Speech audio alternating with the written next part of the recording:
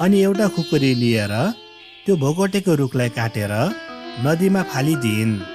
यसरी भोगटेको रुख बग्दै बग्दै नदीको ठुलो तार परेको ठाउँमा पुग्यो अनि त्यही नै अड्कियो। त्यसको केही समयपछि तेजकुमारी एउटा राम्रो कमलको फुल भएर उम्रिन्। संयोगवश त्यसै बेला उनका बाबु डुङ्गा चढेर परदेशबाट घर फर्किन लागेका थिए।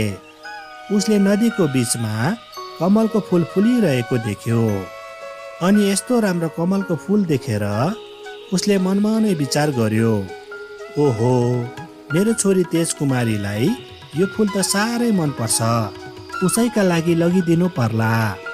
यति सोचेर उसले त्यो डुङ्गा चलाउने मान्छेलाई भन्यो, ए भाइ, पख पख, यो कमलको फुल टिप्नु पर्यो। तेजकुमारीको बुवाको यस्तो कुरा सुनिसकेपछि त्यो डुङ्गा चलाउने मान्छेले भन्यो, ए भइहाल्छ नि हजुर, एकैछिन पर्खिनुहोस् है, म अहिले नै टिपेर दिन्छु। यति भनेर डुङ्गा चलाउने मान्छेले त्यो कमलको फुल टिप्न भनी अघि सर्यो।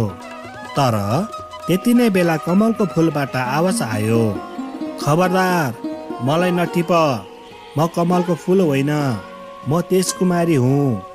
मेरी सानी आमाले एउटा फरियाको निमित्त मलाई ढिक्कीमा कुटेर मारिन् अनि म फसी भएर जन्मिएँ।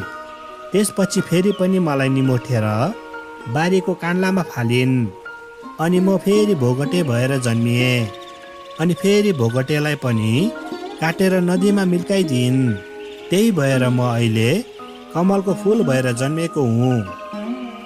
कमलको फुलबाट यस्तो कुरा सुनिसकेपछि डुङ्गा चलाउने मान्छे र साहु पनि छक्क परे। त्यसपछि तेजकुमारीको बुवाले यो के चाहिँ रहेछ भनेर आफै टिप्न भनी हात सारे। त्यति नै बेला त्यो कमलको फुलले सबै कुराहरू दोहोऱ्यायो अनि भन्यो, फुल नटिप, तिमी त एउटा व्यापारी रहेछौ। एउटा फरियाको निमित्त आज मेरो यो गति भयो। म तेजकुमारी हुँ। कमलको फुल बनेकी तेजकुमारीको कुरा सकिन नपाउँदै त्यो साहुले आँखाभरि आँसु पार्दै भन्यो, उसो भए म तिम्रो बाबु हुँ अनि तिमी मेरो छोरी हौ। मैले भनेको मान, तिमी सुगा बनेर मेरो काँधमा आएर बस। त्यसपछि कमलको फुल बनेकी तेजकुमारीले आफ्नो बुवालाई चिनिन् अनि झटपट कमलको फुलबाट एउटा राम्रो सुगाको रूप लिएर आफ्नो बुवाको काँधमा बसिन्। त्यस साहुले पनि त्यस सुगालाई एउटा पिञ्जडामा हालेर आफ्नो घरमा लिएर गए। उता घरमा भने लामो समयपछि आफ्नो लोग्ने फर्केर आएको देख्दा सौतेनी आमा निकै खुसी भइन् अनि आफ्नो लोग्नेलाई बडो स्वागत सत्कार गरिन्।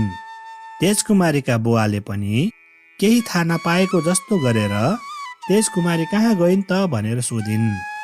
आफ्नो लोग्नेको यस्तो कुरा सुनिसकेपछि सौतिनी आमा चाहिँले भनिन्, खोइ मितिनीको विवाह छ भनेर गएकी थिइन्, आजसम्म आएकी छैन।